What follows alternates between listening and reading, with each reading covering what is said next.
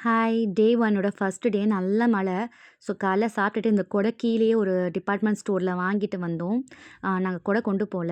டே 1 வந்து நான் என்னன்னா, டே 3 பிளான வந்து நாங்க டே 1க்கு ஆக்கிட்டோம். ஏன்னா மழைனால இன்டோர் அட்ராக்ஷன்ஸ் ஃபுல்லா பார்த்துடலாம். ஃபர்ஸ்ட் நம்ம போறது team lab Mori borderless digital museum.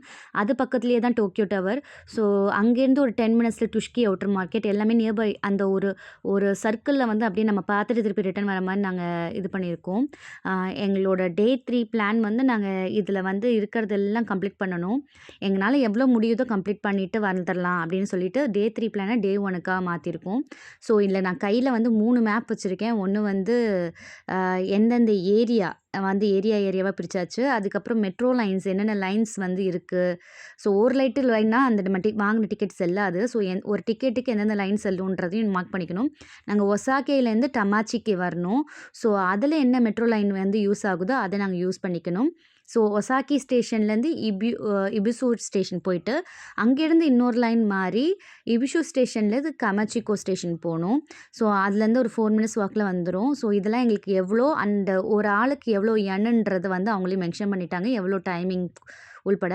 மித்ரனுக்கு மட்டும் டிக்கெட் கிடையாது. ஸோ நாங்க என்ன பண்ணோம்னா, நாங்க வந்து துபாயில இருக்கும்போதே வந்து நாங்க இந்த இந்த டிஜிட்டல் மியூசியம்க்கு வந்து டிக்கெட் வந்து புக் பண்ணிட்டோம். ஏன்னா வந்து அ ஃபுல் ஆயிடுச்சு. கடகடன்னு வந்து டிக்கெட் புக் ஆனனால முன்னாடியே ஒரு 1 1/2 மந்த்க்கு முன்னாடியே நாங்க புக் பண்ணிட்டோம். அது டேட் மட்டும் நாங்க சேஞ்ச் பண்ணிக்கலாம். ஸோ சேஞ்ச் பண்ணிக்கிட்டோம் டேட்ட மட்டும். அதுக்கப்புறம் டிஜிட்டல் மியூசியம்ல வந்து பார்த்தீங்கன்னா, ஏன் இத சூஸ் பண்ணோம்னா, இதுக்கு மஸ்ட் வாட்ச். ஏன்னா நம்ம இப்ப வந்து எங்களுக்கு அபுதாபிலயும் வந்துருச்சு. பட் நாங்க ஜப்பானுக்கு போம்போது அது ஒரு டிஃப்ரெண்ட்டா இருக்கும்னு சொல்லிட்டு தான் இதை சூஸ் பண்ணோம். மெயின்லி வந்து 9 ஏஎம் டூ நைட்டு வந்து 10 ஏஎம் வரைக்கும் ஓப்பன் ஆயிருக்கும். கொஞ்சம் ஏர்லியா போனா க்ரவுடர் இல்லாம நம்ம கொஞ்சம் ஃபோட்டோ எடுக்கலாம். அதே மாரி நல்லா வந்து என்ஜாய் பண்ணலான்னு தான். அதே மாரி இல்லங்க ஒரு டீ வந்து ஸ்பெஷலிஸ்ட் டீ இருக்கு. அது என் டீ ஹவுஸ்ன்னு ஒண்ணு இருக்கும். அதுவும் குடிக்கிறதுக்கு ரொம்ப ரேரஸ்ட் டீ. அதையும் குடிக்கிறதுக்காக ட்ரை பண்ணோம். அதே மாரி இந்த கிறிஸ்டல் பால் ரூம்லலாம் நம்ம வந்து ஃபோட்டோ எடுக்கும்போது ரொம்ப க்ரவுடா இருந்தா நல்லா இருக்காது. அதே மாரி அந்த மியூசிக் எக்ஸ்பீரியன்ஸ் பண்ணுறதுக்கும் க்ரவுடு கம்மியா இருக்கணும். ஸோ நாங்க முடிஞ்ச வரைக்கும் வந்து ரொம்ப ஏர்லியா 7:30, 8:30க்கு நாங்க அங்க ரீச் ஆயிட்டோம்.